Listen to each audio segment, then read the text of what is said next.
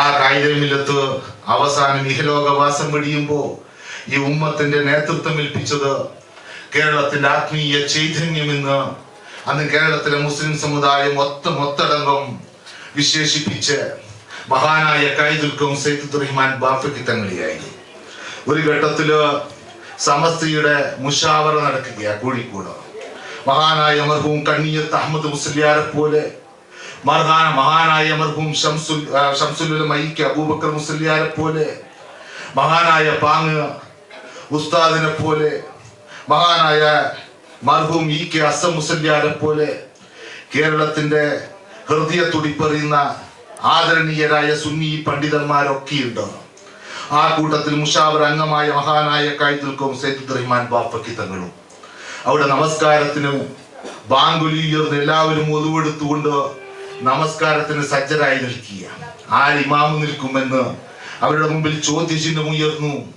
ആര് നിൽക്കും എന്ന് പറഞ്ഞ് എല്ലാവരും പിന്നിലേക്ക് മാറുമ്പോ മഹാനായ കായിദുൽക്കും സയ്യിദ് റഹ്മാൻ ബാഫക്കി തങ്ങൾ കണ്ണിയത്ത് ഉസ്താദ് അടക്കമുള്ള ആലിമീങ്ങളോട് പറയുന്നു, ഓർമ്മ വെച്ച നാൾ മുതൽ ഇന്നേ വരെ സ്വബി നമസ്കാരം കലാകാതെ നിസ്കരിച്ച ആരെങ്കിലും ഉണ്ടെങ്കിൽ അവർ ധൈര്യത്തോടുകൂടെ മുമ്പോട്ട് വന്ന് ഇമാമിന്റെ കർമ്മം നിർവഹിക്കണമെന്ന് പറഞ്ഞപ്പോ ആ ആലിമീങ്ങൾ ഒന്നടങ്കം പിറകോട്ട് കാലെടുത്ത് വെക്കുമ്പോ മഹാനായ കായിദുൽക്കും സയ്യിദ് റഹ്മാൻ ബാഫക്കി തങ്ങള് ധൈര്യസമേതം മുമ്പോട്ട് നിൽക്കുകയും ആ ജമാഅത്തിന് നേതൃത്വം നൽകുകയും ചെയ്ത വസ്തുത നാം ഒക്കെ ചരിത്രത്തിന്റെ തങ്കത്താളുകളിൽ നിന്ന് വായിച്ചിരുന്നത്. അതുപോലെയുള്ള നേതാക്കളായിരുന്നു ഒരു കാലഘട്ടത്തിൽ മുസ്ലിം ലീഗിനെ നയിച്ചിരുന്നത്. ആ മഹാനായ കായിദുൽക്കും സയ്യിദ് റഹ്മാൻ ബാഫക്കി തങ്ങള് വലിയങ്ങാടിയെ വലിയൊരു അരിവ്യാപാരിയായിരുന്നു. അദ്ദേഹം വർഷത്തില് കേരളത്തിലെ പ്രഗത്ഭമതികളായ കഴിവുള്ള 10ഓളം മുസ്ലിം വിദ്യാർത്ഥികളെ ദത്തെടുക്കാറുണ്ടായിരുന്നു. അങ്ങനെ ദത്തെടുത്ത് പഠിപ്പിച്ച വിദ്യാർത്ഥികളിൽ ഒരാളാണ് കേരളത്തിലെ മുഖ്യമന്ത്രി പദം അലങ്കരിച്ച മുസ്ലിങ്ങളുടെ ആവേശമായി പിൽക്കാലത്ത് മാറിയ മഹാനായ മർഹൂം CH മുഹമ്മദ് കോയ സാഹിബ്. അങ്ങനെയുള്ള ബാഫക്കി തങ്ങള്, ആ ബാഫക്കി തങ്ങൾ മുസ്ലിം ലീഗിന്റെ നേതൃത്വം ഏറ്റെടുത്തത് സമ്പന്നതയുടെ മടിത്തട്ടിൽ നിന്നുകൊണ്ട്.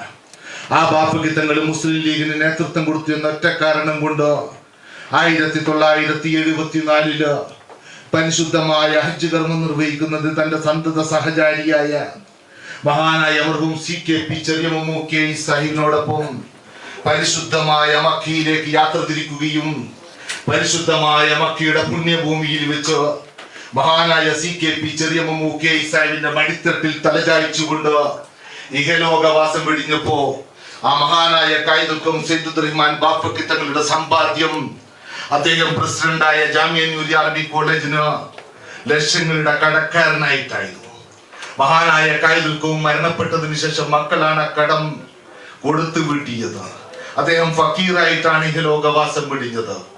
ആ കായിക മില്ലത്തിനോടൊപ്പം, ആ കായിദുൽ കോമിനോടൊപ്പം ഇന്ത്യൻ യൂണിയൻ മുസ്ലിം ലീഗിന്റെ സഹകാര്യദർശിയായി രാഷ്ട്രീയ ജീവിതം തുടങ്ങിയ ഇന്ത്യൻ യൂണിയൻ മുസ്ലിം ലീഗിന്റെ പ്രഗത്ഭനായ ജനറൽ സെക്രട്ടറി എന്ന് ഇന്ത്യ ആകമാനം അറിയപ്പെട്ട ആ മഹാനായ മെഹബൂബ് മില്ലത്ത് ഇബ്രാഹിം സുലൈമാൻ സേട്ടു സാഹിബായിരുന്നു കായിദുൽ കോമിന് ശേഷം മുസ്ലിം ലീഗിന്റെ നേതൃത്വം എടുത്തണിയാൻ ഭാഗ്യം സിദ്ധിച്ച വ്യക്തി.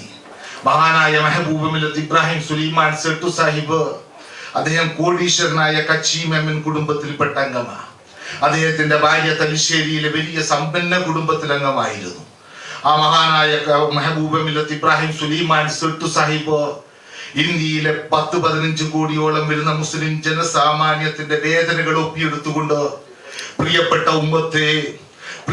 ഉമ്മത്തെ എന്ന് പൊട്ടിക്കരഞ്ഞുകൊണ്ട് ഇന്ത്യയിലെ ഗ്രാമാന്തരങ്ങളിലും നഗരാന്തരങ്ങളിലും ഓടി നടന്നുകൊണ്ട് മുസ്ലിം സമുദായത്തിന്റെ വേദനകൾ ഒപ്പിയെടുക്കാനും ഇന്ത്യ ഭരിക്കുന്ന ഭരണാധികാരികളുടെ രാഷ്ട്രീയ നിറം നോക്കാതെ, അവരുടെ വർഗത്തിന്റെ നിറം നോക്കാതെ, അവരുടെ അവമുഖത്ത് നോക്കി ചെങ്കൂറ്റത്തോടു കൂടെ ഇന്ത്യൻ പാർലമെന്റിൽ ഗർജന നടത്താനും കഴിഞ്ഞ് മഹാനായ മെഹബൂബ് മില്ലത്ത് അദ്ദേഹം ബാംഗ്ലൂരിലെ തന്റെ മകളുടെ വസതിയിൽ വെച്ച് ഇഹലോകവാസം വെടിയുമ്പോ ആ സേട്ടു സാഹിബ് ഇന്ത്യയിലെ 35 കൊല്ലം ഇന്ത്യൻ പാർലമെന്റിൽ തിളങ്ങിയ മഹാനായ മെഹബൂബ് മില്ലത്ത് ഇന്ത്യയിലെ മുസ്ലിം സമുദായത്തിന്റെ ആധികാരികമായ രാഷ്ട്രീയ പാർട്ടിയായ ഇന്ത്യൻ യൂണിയൻ മുസ്ലിം ലീഗിന് 25 വർഷക്കാലം നയിച്ച മഹാനായ മെഹബൂബ് മില്ലത്ത്, ആ മെഹബൂബ് മില്ലത്ത് അതിന് മുമ്പ് ഇന്ത്യൻ യൂണിയൻ മുസ്ലിം ലീഗിന് 10-15 വർഷക്കാലം